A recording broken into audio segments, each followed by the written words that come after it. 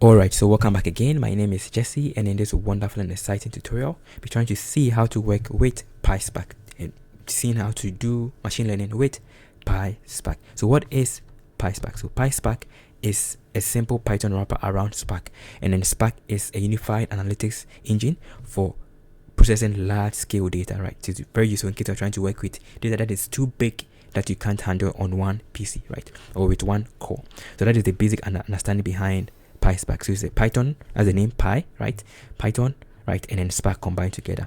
So let's see the simple API of PySpark. So this is a simple API of Spark, which, as I said, it is built with the concept of distributed processing using Hadoop, right? MapReduce approach. So in case you want to install it, you have to install all of these things on your system, but you'll be using a different approach to help our work easy for us. So the simple API for Spark is that we have the Spark SQL that allows us to be able to work with SQL. We also have Spark Streaming that allows us to work with real-time streaming data. We have Spark ML Lib, which is two. We have Spark ML Lib and then Spark ML, right, which allows us to be able to do machine learning. We'll be trying to see the difference between them later on. Then we also have GraphS to help us work with graph computation, and then also some other packages. So in Spark, there are two main data structures, key data structures. Of course, there are a lot, but the most important key data structures you have to understand when working with Spark is that we have the DataFrame, the key structure, and we have the RDD API, right? So the difference is that the RDD stands for Resilient Distributed Dataset, which has to do with two implementations. We have the transformations, and then we have the actions. So the RDD is a resilient or fault tolerant collection of data, right, which is very useful in case you're trying to work with a lot of things. We also have the almighty DataFrame in case you're coming from pandas, the same approach behind DataFrame. So let's see how to work with it. So the simple overview of working with PySpark for a machine learning is that we have the PySpark.ml, which is based on the current API, which is the DataFrame key structure, right, which I said earlier on. Then you also have the PySpark.ml lib, which is built on top of and mostly useful for working with RDD, which is a legacy API. So this is going to be dropped for this. But in case you want to do any machine learning activities, you can use both of them. But this is the current one, the current API, and this is the legacy API. So with PySpark, you can do all of these kinds of activities. You can do classification, regression, clustering, and the rest. So let's see how to install PySpark on our system. So there are several approaches you can work on. You can use a long procedure, right, which is installing Java, Scala, Hadoop, as we saw in the image here, right? You have to install all of these things to help you work with PySpark and your Spark. That is a long procedure, so we'll be using the simplest approach. The next approach is to use Pipenv, right, a virtual environment. They can also use Docker. So to work with Docker, you can just go back to Docker Hub, which is this place, and then use Jupyter. Search for this Jupyter/PySpark notebook. Then just pull it and install. This is another way you can also do that. So it's going to be a whole tutorial in trying to work with PySpark inside Jupyter notebook, right? Okay, so let's move on and work with the second approach. So I'll come back again to my workspace. I'm going to install, in case you don't have Pipenv, you can install it with this option. So it's going to be pip3 install Pipenv, right, in case you don't have it on your system. I've already installed it, so you just move straight away. Then from there, just go with Pipenv install PySpark, right? So that is how to install it. Then I also install pandas, I also install NumPy, I also install any other package I want to use. Then let's install this package to help us with that. Jupyter. So we're using Jupyter Lab. So we're using Jupyter Lab to help us with that. So that is how to work with it. So it's going to take some time for it to run. So just click on this to install it, and then it's going to create a virtual environment for you, right? So take some time for it to run, so you can just go back and do whatever you do when it's done. Alright, so it has finished installing. It took some time for it to install. So this is how it's going to be. It's going to create a pip.log file. So let's open it. I'm going to open a new space here. Then if I check it out, you see we have our file here. I've created a folder called data, another folder called tutorials. So let's see what's on our pip file. So this is going to be used to track all that we need. So all this is what we installed, right? PySpark and the rest. Now let's see how to work with PySpark. So I can just go back again to pipenv run PySpark to make sure that it's installed on your virtual environment. You can just go with pipenv run PySpark. Go to spin up your Python interpreter that is having a PySpark session behind it. See, as you can see, it's spinning up normal Python, but it's going to open your Python repo together with a session for PySpark behind the scene. Right, so that you can set Spark local IP. Going to do a lot of information. There's going to spin up a PySpark session for you. So this is the simplest approach, right? Instead of using the long procedure, this is the simplest approach. Then you can also use Docker, as we saw here. Right? So you can also use Docker to help you in case you are a fan of Docker. Perfect. So this is the current version that you're using, Python Spark 3.0, which is having a lot of cool features, and this is a session that's been created, right? So you can do anything you want to do. So this is a session that is available as Spark, right? So you can just go straight away with Spark and do whatever you want to do. Okay, so let's move on from this place into using Jupyter, right? Because that's the simplest way. So I'll come back again, Pipenv shell to activate this virtual environment. Then we can start writing some code from it. So that's already been activated, right? And then we can now, let's create a folder called ML with PySpark. I'm moving to this, my ML with PySpark. That's what we'll be working on. Perfect. So let's start starting it. So I'm going to spin up Jupyter. So pipenv run Jupyter lab, right? So we are running Jupyter lab there. Going to open your default browser, then you start writing some code. So we're doing some simple machine learning activities. So we're trying to see how to do the basic stuff with PySpark, right? Then you see how to do some simple classification using the classification submodel, and then the feature evaluation, and then right.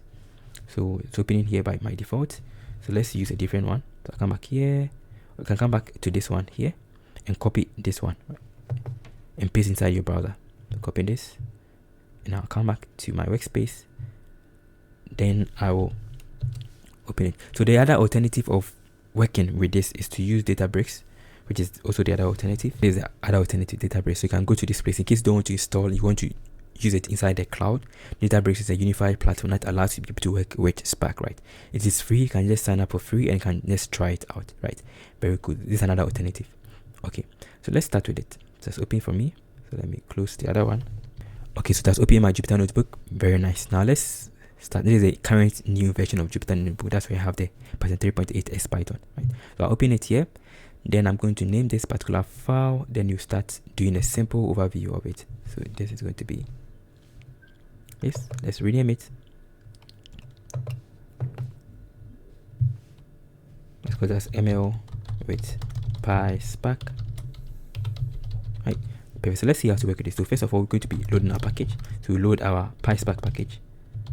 It's going to be very simple. It's going to be from PySpark, right?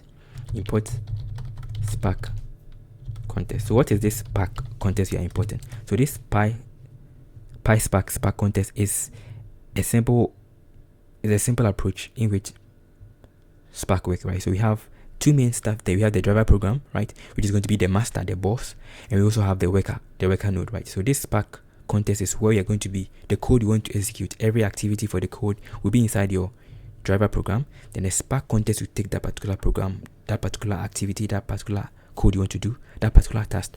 Then it's going to give it to the cluster manager. Then it's going to assign it to individual worker nodes, right, which is going to be based on the number of computers, the number of classes that you have. Then inside the worker node, you have the executor that's going to execute the code that was written here, right? That is from the driver program based on the task that you have, right? So that is a simple overview of it. So we have the driver program where your SparkContext is. You have the worker node, which is going to be used to execute your work, right? Perfect. So let's come back again to our workspace and let's see how to work with this. I'm just going to, it is mostly when it's working on that, you use it for distributed computing, having plenty of clusters somewhere, right? But we are using our local machine. So let's check the number of CPUs I have on this machine. So I import Python with import psutil, right? Then with psutil, I can check for the number of CPU I have on this machine, right? It's not a lot. So we have only 2, right? So in case I want to use the 2 cores on my CPU, I can also use this one. So I'll come back again. This is not important, but this is just to show you the number of cores I have. I'll come back again. And let's create a SparkSession. So I can call it as this option. So I'm going to call this SC for SparkContext, right? Or SparkContext. I'm just going to go with my SparkContext. Then I'll specify that I want to use my master, right? It's going to be the number of processes I want to use, right? So it's going to be local. I want to use only just 2 of my processes, right? As we saw here, we saw only just 2. I want to use all of them, right? 2. I want to use 2 for my system. So I can come back again, and when I run it, I'm going to create a session for us, right? A SparkContext session. Perfect. So that's finished. Now, in case you want to see what is going behind the scene, right? You want to see a picture of whatever and how Spark is trying to manage your activities. You can also come back and use the Spark UI. So this is using the Spark UI, right? To be able to see what is going behind the scene, just go with SC. Then it's going to spin up this particular one. So this is a URL. So if I click on it, it's going to open this particular URL for us. Let me close off this, right, and close off this one. So this is the UI that you can use to see all the activities, all the jobs that are going through. So the jobs is the individual jobs that is going to be done, and all the jobs are having stages, right? The stages are the individual stages for every particular job. Then you have the storage, which is going to be in case you store data there where it's going to be cached. We have the environment, that is your environment, and you also have your executors, right? That is something very simple about it. So if I go back here, it's going to show you some interesting stuff there. Now we have 1, 2, 3, 4, right? We have 5 tabs here, but when I spin up an SQL Spark session, it's going to add another session here, right? So as you can see, we have only 5 tabs. Now let's go back again and see it. So from here you can see these activities and all these works there. I can also check the event timeline, and there's nothing here, right? There's no jobs being run here. It's empty. But once I start doing something else here, it's going to show me the particular job, right? And you can see from here again that we have the app name and then the masters, right? Then the number of course used and a version. So let's see how to do something very simple. It's going to be the basics. Or let's call it as PySpark crash course, right? So we're trying to see how to work with CSV file and then move on. So this is going to be something very simple. The next session we'll try and see how to do machine learning with it. So I come back here to this, and let's create a simple section. It's going to be from PySpark, right? SQL import Spark session. But before we move on, let's see the basic API as I said earlier. So I can just import PySpark, and let's see all the various things that we can do with PySpark there. It's going to be all the various methods that we can do with it, as you always do. So it's going to be the methods and an attribute. So there are PySpark. If I check it out, we see that we have the accumulator. We have all of these things. We have all of these things are abstractions that allows us to make our work easy. And you can see that we have the SparkContext, as I said, right, which allows us to be able to do all that you want to do. We have the Spark config in case you want to make configurations. We have Spark files to read files. We also have some other cool stuff there, right?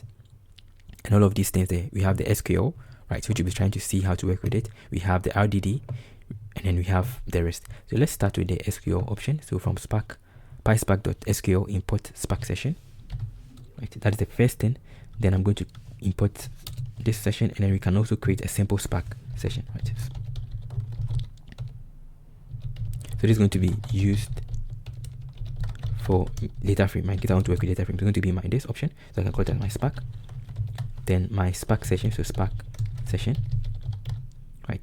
And as you can see from here, right, there are no jobs here, right? There are no jobs here. If I go back to the environment, it's almost empty, right? So this is the environment that we are using on this Spark properties and all of these things. And this is a default app name, right? But in case I want to use a different app name, I can also work on it like that. So I can come back again, then builder, right? Then app name. So I can just call it as say ML with Spark, right? Something like that. Then I'm going to say get or create. So get or create. That means that either you get it or you create it, right? That is a basic workflow. So this is going to create a Spark session here, and I'll be using this one to do all my analysis, right? So I'm going to span it, and if I come back here, it is still working. And if I go back here, you can see that now. Let's go back to the jobs. If I go back to the jobs, you're not seeing anything, but by the time it finished doing that particular session, it's going to showing you some different information here, right? So that's finished. Now let's see how to read a file. So we've seen how to read a CSV file. So it's very simple. In case you want to read a CSV file, just go df, right, then pd spark.read.csv. so you can have .csv, .packet, the rest, right? So you just go with that .csv, then you just pass in the particular stuff you want to read. So I'll go back to my workspace here, and I'm going to create a folder called data. Right, inside this particular place, I'm going to paste in a dataset there. So you can use any dataset. So let me paste in some dataset. I have this dataset. Let's paste in another dataset. I'll rename this one to something better. I'll paste in a different dataset, and you try and see how to work with it. Right? But this is just for a crash course. So I can come back again to this dataset I have. Then I'll just go into my data folder. Then I'll just go with my HCV data, right, .csv, right? So if I read it like that, it's going to read it without the header. So this is reading CSV without header, right? Without header, without schema, right? So it's going to read it behind the scene, and if I go back to this jobs here, you're going to see that it's going to bring out a new stuff here. You're going to spin up a new job for that particular job that is being done. Perfect. So that's finished. If I check it back here again, right, because there's nothing there, but with time, as you keep on doing any activities, that there's one job, completed job, right? Because we read in this particular data. So reading is a job, right, that you're supposed to do. So we have completed job 1 here, and you can see it here, and you can see this particular green, bluish green here. That means that it was successful, right? You can also click on this to see the entire stuff. Then it's going to give you more details about what it did. It was a CSV, so this is what it went on behind the scene. So it's using map reduce, right, as we said earlier on. So it scanned the entire text, then it did some whole stage code generation, then it's created a map reduce because you are reading it, right? That is something very simple. You can also check the event timeline, the executor driver, right, the driver program, then how it went on. Very simple. So that is the completed job, right? That's the first job there. If I go back again, I do another job here. So if I come back here, and in case I want to preview this one, to preview the data, go to df.show, right? That is how to preview the entire data set. I want to preview the first 5. I'm going to print the first 5 rows for us, right? The first 5 rows. You can see that now it's giving us this particular type of header, which is not the best, right?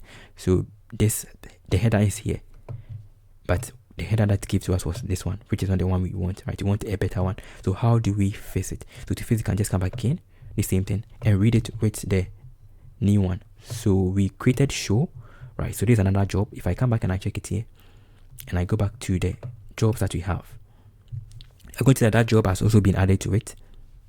So we have completed 2 jobs because we have written 2 different code, one to read it and one to show, right? So these are 2 different tasks or 2 different jobs. You can see that we have these 2 jobs here, right? 2 jobs here, and you can see the job that was done. So this one was reading CSV, and this one was showing a string, right? So you can actually click on it to see the DAG graph, right? The particular graph here, and this is how it went on, right? Very cool. Let's come back again to here, and let's read it again. So we'll be reading it with the schema. So this one was without schema, without header, right? And this one is with header. So by default, it's going to pick up the scheme from it. So this, just go with header. Let's go to true. Right, now it's going to read it with the header, right? So that now it's not going to come and appear like this, right? It's going to appear in the right way. So if I go back and I preview it again, dot show the first 5 rows.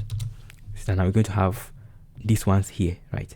Perfect. So this is the best way, right? Now that is how to work with it. This is how to preview it. In case I also want to get the first row, to get first row, I also do df.first. Right, you can get the first row. It's going to give you the first row. You can also do, in case you want to get the head, right? So get head, just like in case you're coming from pandas, df.head. Then you can specify the number of rows. So just the first 5 rows. So first,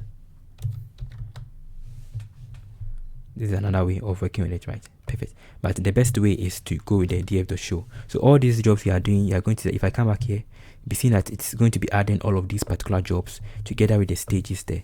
So if I run it back again, I'm going to see that it's going to add all the various stages. So 6 different jobs, right? And it's going to tell you all the things it has done.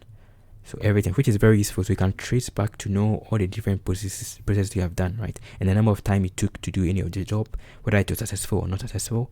And then you can also see the stages here. If I go to the stages, it's going to give me the number of stages, right? So these are all the stages. So the first one was I read it, then I showed screen, I read it again, I showed screen, I showed it again, got the first, the head, right? And you can see that this is the input, the amount it took in memory, and the output, right? Perfect. So let's go back again and do some other stuff you can do. So in case I want to check for the number of columns, column names, right? Can just go df.columns, right? So this is another way of doing it. So it's going to give us the columns, it give us all the various columns, right? So in case I also want to check for the data type, I can also do df.dtypes. So it's going to give you the data types of the entire stuff. And you can see that this is giving us the column and then the particular data type it has inferred. You can also get the schema, right? Which is going to be df.print schema. You can also get the entire schema. So this is more useful. This is going to give you not just the information like this, but also going to tell you a lot, right? So this is the columns, this is the data type, and then non-label. So in case it is you're using other values, it's going to tell you from that, right? Very cool. So let's see another way you can also. So in case you want to check for the row, the shape, right? The shape of the data set. There's nothing like shape here. You don't have shape, but you can just do this df.count. This allows you to be able to check for the row first, the number of rows, using this option to count. Allows you to get the count of the entire stuff. So there are 615 data points. In case you also want to check for the columns, right? It's going to be my length using normal Python, then df.columns. So this is another way you can also work on it. So 14. So to be able to get the shape like in Python, so to get shape, which is mostly the column, the rows, and then the columns, you can just do something like this. So print, then my df.count. This is another way you can also work with it. Then just go with the other option of my length. Yeah, combining the two of them to get the shape. This is another way you can use to get the shape, right? Very simple. So that is something very simple with it. Now let's move on and see how to also do some simple descriptive analysis. So in case you want to do simple descriptive summary, how do you do that? So with PySpark, it's very simple. Just go back again and just do this. So df.describe, just like in pandas, right? Then you just go with .show. If I go with this, it's going to execute it in memory, right? But it's not going to show you anything, right? This is going to just execute it. There's the transformation. But in case you want to get it out, you have to act on it using the different either show, select, or count and collect. So this is not going to give you anything. If I go back and I check it, so it has given you this, right? But not informative. But if I come back again here and I see the jobs there, let's check for the number of stages you have now. You have a lot of stages, about 12 stages here with the describe. Except there's, if I come back again, let's run it again. This is the best way. So .show. Then now it's going to print it out in a better format. But most of them are strings, so it's not going to give us a lot of information. So you have to cast it into a different format, right? So this is how it is. Very cool, right? It is interesting, but it doesn't look that nice because it's too huge. Okay. You can also be selective. So you want to get a descriptive summary of, let's say, for a column, right? How do you do that? So in that case, it's like this. So df.describe, and you pass in the column that you want. So let's say I want the column of, let's pick a column. So how many columns do you have? Let's say I want a column of age, right? So I can just pass in the age column, then .show. So this is another way. So it's going to only pick the age column and work on it for you. One nice thing about PySpark is that it doesn't care about whether it's uppercase or lowercase. Once it is within the data, it's going to find it for you. This is the basics of it. Now let's move on to some other stuff you can also do. Let's move on to how to do some simple selections. So this is going to be selections. of columns in case you want to do selection of columns. So one thing to notice about selection in PySpark is that there are several ways, but these things are not, these ones they don't bring out the entire column. Like in case you want to do bracket notation, right? Bracket notation in Python, in case you are working on it, which is going to be like this, then you pass in your column name. This doesn't work as expected. It's not going to bring you the entire column. Doing this is the bracket notation, and then the dot notation. So df.column. This two doesn't give you the entire column. It's going to just give you the name. These ones bring you the name, right? But to be able to work on it, you have to use the df.select to help you with that. So let's check it out. So it's going to be this option, my data frame. This is I want to select a column. I can just go with df.columns to get all the columns. So this is going to be all the columns that we have. So in case I want to select, let's say the age column, right? As you can see, I can just come back again and do that with this. So df.select. Now pass in the age. Now it's going to print it out, but it give us as this. To be able to get the data, right, you just come back again, dot show. So this is going to bring out everything for you, right? So just selected that one. And as I said, it doesn't care about the case. This is how to make selections.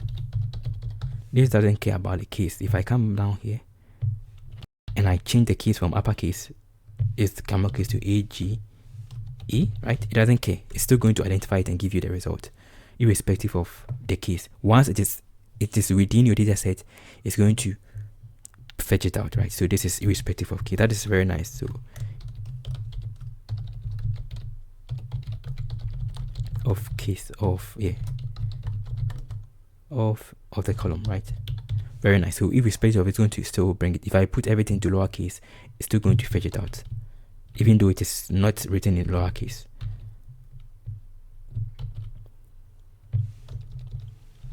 Which is very cool, right? It's still going to work on it and give you the result. Perfect.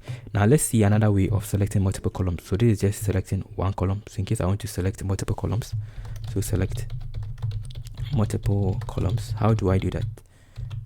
It's going to be df.select. Now passing the column I want to select. So I want to select age. I want to select another column. Notice this can be uppercase or lowercase. Once it is within the data set, it's going to find it for you. So if I check what we had for the columns, we had this option. You have age. We can also pick, let's say, category, right? So age and category. So I can also select those ones. Category, right? And it's also going to work dot show. So I can just show the first 5. I made a mistake here. This is going to select the entire stuff because I want to get only the first 5. So this is something very cool, right? Very nice. But that is how to work with PySpark, right? To do multiple selection. Now let's move on a different way on working with not just selection, but let's see how to do some simple conditional stuff. Conditions and then filters. How do you work with filters? So there are two methods. We have the df.filter. We also have the df.when, right? So these are the two main ones. So of course there are a lot, but these are some of them. So let's check it out. You can also select a column using this particular option. But we'll talk about that later. So let's check this one out. In case, how do you work on conditions? How do you apply functions to these things, right? So it's very simple. So in case I have my data frame here, dot show. Let's pick something like 5. I want to be able to filter out something. I want to get the age where the age is 32, right? Or the place where the age is 32 or something. I can also come back again and do this option. So this is filter, the first method. This method 1. So df.filter. Right, then I'll pass in my column that I want to get. So this is where this approach comes. So as I said, to be able to select a column, right, you use the dot select. We don't use this option. If you use this, just the bracket notation, this doesn't work. If I do df and I pick the column, let's say age, this is going to give me only the column name, right? This is going to give me the column name, not the entire column. If I try with the dot notation, this is the dot notation. This is not going to work. This is also only going to give you the column name.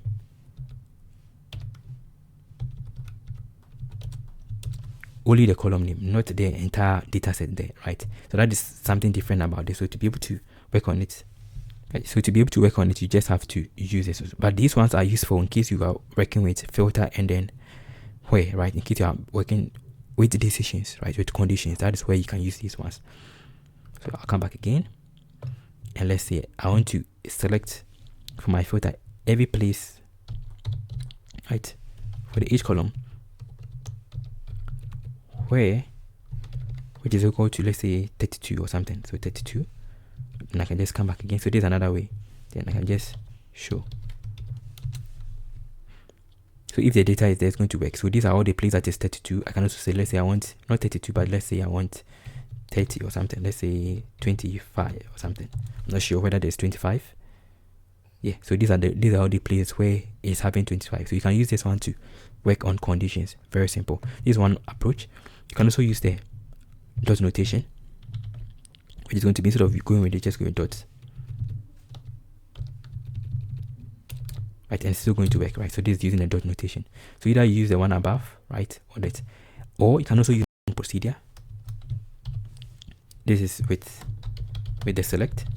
Also use the same thing with the select. It's also going to work. So it's going to be this option. So df.select. Right, so not with this is going to be method 2, not filter, but method 2 with the where. Right. So in case you want to use the select, you can also use the where option.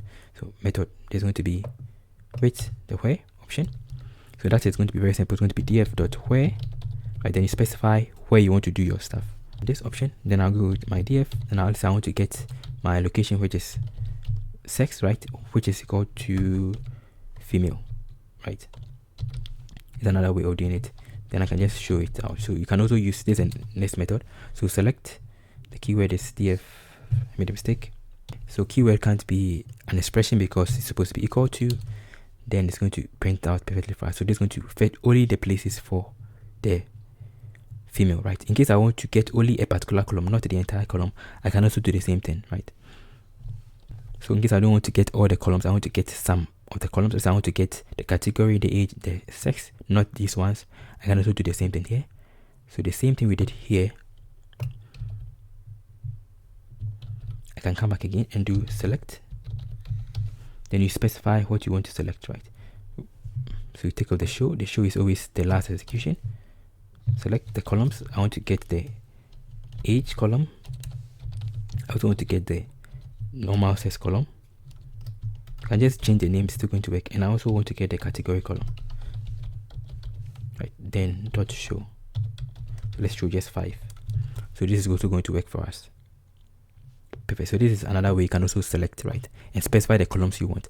Very simple and very good. That is how to do some simple filtering and conditioning stuff. Now let's see how to add a column to it, right? Then move on to the next section of the course. So how do we add a column? Right, so in case you want to add a column, so go df.width call. So in case I want to add a column to it, I can just come back again. So let's say let's pick a column. I'm going to pick one column from there. So it's going to be df.show, just the first 5 rows. I want to do some manipulation on the particular column, right? So let's say I want to convert all the albumin, right? Multiply the albumin by 10 or by 100, right? So I can come back again. So I'll pick H1. I'll give the new name I'm giving, right? So it's going to be the new column. So let's say albumin mean by 10, right? Say by 10, right? Something like that. This is a new name I'm giving. Then I'll just pick the particular column I want, which is df. Then I can just go with A or B for albumin. Now do my manipulation by 10, or let's say by 100, right? So it's going to create a new column for us. Very simple. So in case I want to see the entire stuff, it's going to show. Then now it's going to show me that particular column. So it's going to create a new column, right, called albumin by 10. It's going to multiply the 10 to that particular column for us, as you can see from here. Very simple. You can actually now equate this one to, and if I come back and I check the previous one, So df.show, you see that now it's not there, but in case I want to assign it to it, I can just come back again and let's assign it to it. So df, now that's been added to it, right? Perfect. So it has been added to it, and now I can just check it back again. So if I go with df, right, see, notice something. So it's giving us a none, right, because of how we assign it. So anytime you want to assign something, you should not assign it with the show. You just go without this action. You just go with the normal transformation without the action. So I have to read it again, read the entire data set back again in memory before I'll get it back again. So read it back, and now we can just add it again. So that is one thing you have to always notice about, otherwise you're going to be making a lot of mistakes, right? So you don't bring the action, you just work on the transformation, and then it's going to work for you. So if I go back again, I check it out, that's added it to it, still giving us the same error. So let's fit it out. Fit it out by using the header, right? So that is what you're supposed to load, not the other one. Apologies for the noise maybe hearing behind. Then we can work it back, right? So that is the simple overview. So this is very useful. Now you may not see how performant it is, but if you are working with large data, it is working here. Now in case I want to assign it, I'll just go straight away without bringing the show, right? So let's go just df2, so we don't go back again. Now if I go back with df2.show, we have our data.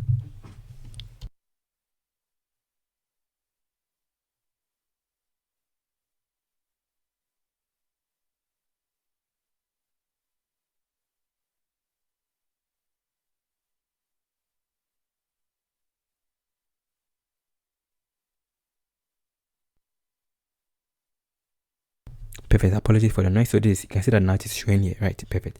Now let's see some other basic stuff. So in case I also want to drop a column, right? In case I want to drop a column, how do you do that? So we have our columns here.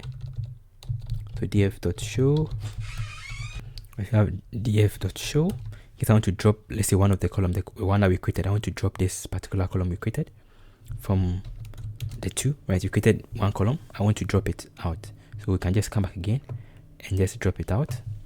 So df.drop, right? Then you pass in the column you want to drop, which is going to be my ALB by 10, right? So that is how to drop a column. And in case you want to see everything, so the show, I see that if I check it back with the action, now it is no more there, right? Very simple. So I have to equate it back again to be able to persist it. If I go back and I check it out, it is still there. So df.drop.show rather, so that column is still there, right? So in case I want to persist it, I actually just come back again. df2, don't forget to take off the show, because this is an action, we are just transforming them, right? So df2, now if I check it out, it's no more there, right? Very cool. So that is how to add a column and then drop a column. Now let's see one last thing about GroupBy. So in case you also want to do some simple GroupBy, how do you work on it? So this is taking some time. So this is a crash course on PySpark. Then later I'll move on to do machine learning, right? So let's see how to do GroupBy, right? GroupBy. So to do GroupBy, just go with this option. So I can just say my column, I want to do a value count. Let's use GroupBy to do value count. So this is very sweet value count of my data set. So df.groupby, GroupBy, then I'll pass in the column that I want. So I want to get the last column, which was the category column, right? Perfect. That is how to do simple GroupBy. Then from here, you can just apply your function, right? So I want to get a value count, so count. Then if I apply the count option, it is count, right, which is an action, then I'll show it out. So this is going to give me the value count of the entire data set, right? This is similar to doing something like this in Python. In pandas, df dot pass in the category, right? In case you're coming from, so that's giving us the value count, which is GroupBy, right? In case you're coming from pandas, you would have done value count, right? So this is similar, the same thing here, right? This thing here is the same thing here. This one is in pandas, right? Perfect. That is how to do simple value counting. You can do a lot of things. You can do aggregation. You can sum it up. You can get the mean of the entire stuff. So in case I want to get the mean of a particular column, so df of the age, so dot group by, right? I'll pick, let's say, the age column. I want to get the mean of the entire stuff. I can also do the mean of the age. It's still going to work. Then I'll show it out. So this is another way you can also do that. So you can do a lot of things with it, not just that, right? Not just these ones. You can do a lot. You can even work with aggregation. You can also work on sum. So the aggregation is going to be like this. So my df dot group by, you have noticed I'm not spelling a group by. And I just pass in your column. Let's say I want to pick a column, like say category. And I want to do some aggregation. Now pass in aggregation, right? Now pass in what I want to do. So I'll pass in the column that I want to do the aggregation on, and then the particular function I want to say sum, right? So you can also do a lot of things with it, right? So this is for aggregation. Perfect. That is how to do aggregation. Now let's move on to some other stuff you can also do. This will not try because I have to calculate it well. Okay, so let's move on to some other stuff you can also do. You have seen how to do group bys. Now let's see one thing. In case you also want to get the unique values, right? To get the unique count, right? Or unique values or something. You can also work with this option. So this can just do df.select. Right. Let's say I'm picking the category column, right? Then remember that this is case insensitive, right? Then I'll just go with the particular stuff I want to do. So dot distinct. And I apply a distinct option, then you can just show it out. So this is going to give you all the distinct columns there, right? Which is another way. You can also use a different approach. Apart from this, you can also work on this option. So it's going to give you the distinct categories, right? So these are the things there. In case I also want to get a count, you can also do the same thing here, right? Dot count and then dot count, then dot show. You can also do those things, right? Which is another way you can also do that. But you can also how do I call it? You can also use the expression option. So this is going to give us just 5, right? We don't bring show because this is an action, right? And we don't have a show for that. So in case you also want to use another approach, so there's another approach you can also do. So instead of going with this option, you can also come back with this SelectExpression, right? Then you just pass in what you want to do. So I want to get the count. It's going to be the count, right? This is just like normal SQL. The count, and I'll just pass in the distinct. Now pass in the column I want, which is the category column, right? So you can also do something like this there, and it's still going to work, right? Right. So the same thing we did above here, you can also do it in this particular option, which is like more like SQL. So the SelectExpression. So these are some of the stuff you can also do. Now, since we are doing something about SQL, let's first of all see how to save our data. Right. So in case I want to save the data set, how do we do that? So it is very simple. Let's restructure the data set before we save it. So you can save it in different formats. You can save it in packet. You can save it as CSV, as packet, right? Packet, I don't know, packet, right? Yeah. You can also save it as etc. There are a lot of file format that you can save it in. But let's see how to restructure it. So I have my data set here. So if I go back and I check it out, let's go with show. Right, if I do something like this, now you see that the category is here, but I want the category to be at the back. So I'm going to restructure the entire data set. Then we will save it and then use it in the next session.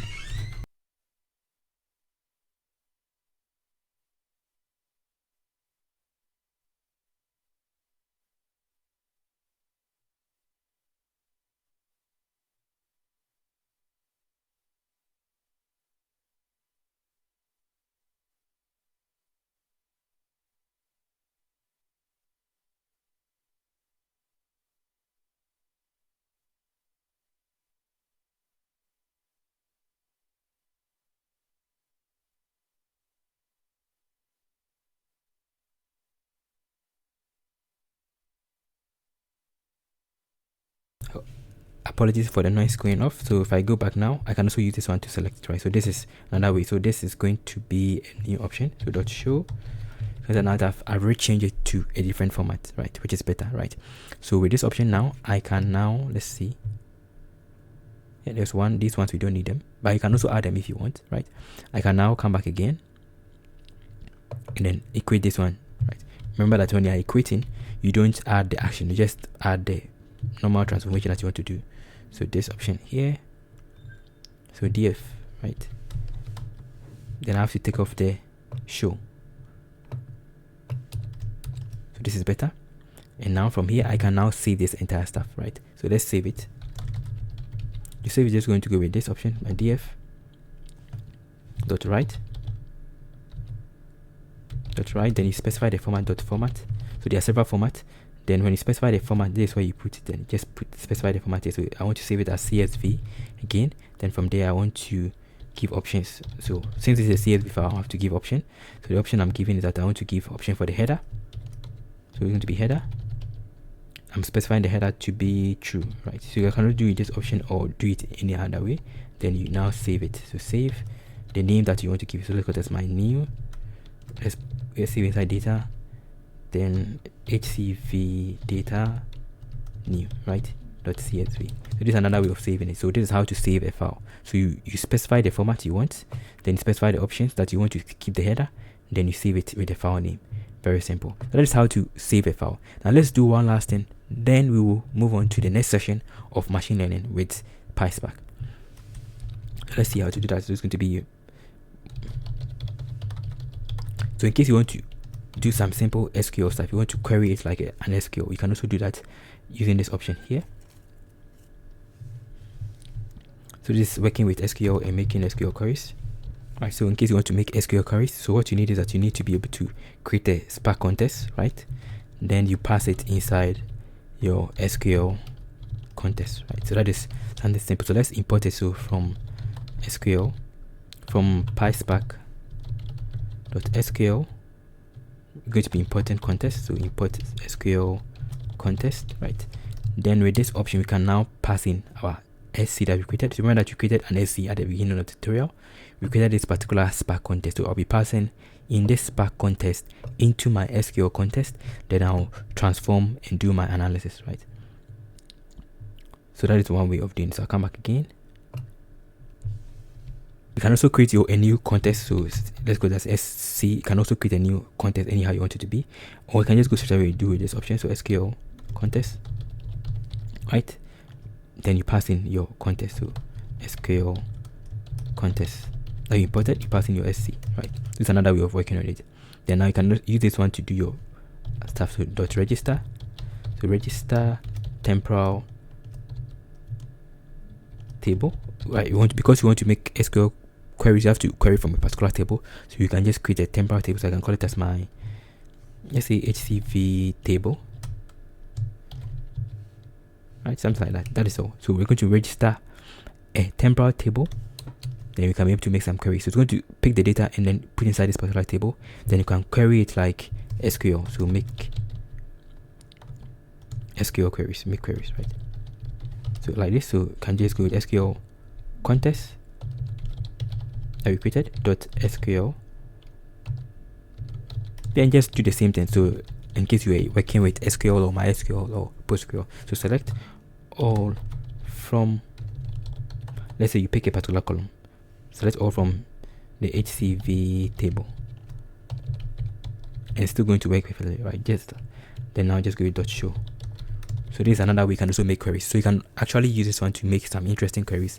It's still going to work. So that is something very cool with PySpark. So thank you for watching this tutorial. In case you have any question or contribution, you can just put it in the comment section below, and see you in the next session whereby we go deeper into machine learning with PySpark. See you. Bye. But before you go on, you can just come back again and check out all the various jobs that has been done for the entire staff, which is quite a lot. About how many jobs we have done so far? About 55 different jobs, and you can see how it is working, right? Very cool, right? Very cool. You can actually click on it. It's going to show you that particular details of it, the stages. It can also give you all the maps, right? So you can actually see what is going behind the scene for every job that was being done. So this is what it did. Then it went out to do all of these individual stuffs. Very, very, very cool. You can see the input, the output. That's nice. Now, if I come back here, as I said, at the beginning we had only 5, but because we started using SQL, we have the SQL context also. right, which has been created, so that you can see everything that is being done. About 44 queries have been made, right? Even including the last one we created, create or replace temporal view. You can actually click on this to see the basic test that was done, right? You can get more details about it. Very cool and very nice. So thank you for watching this tutorial, and see you in the next session. Paka paka.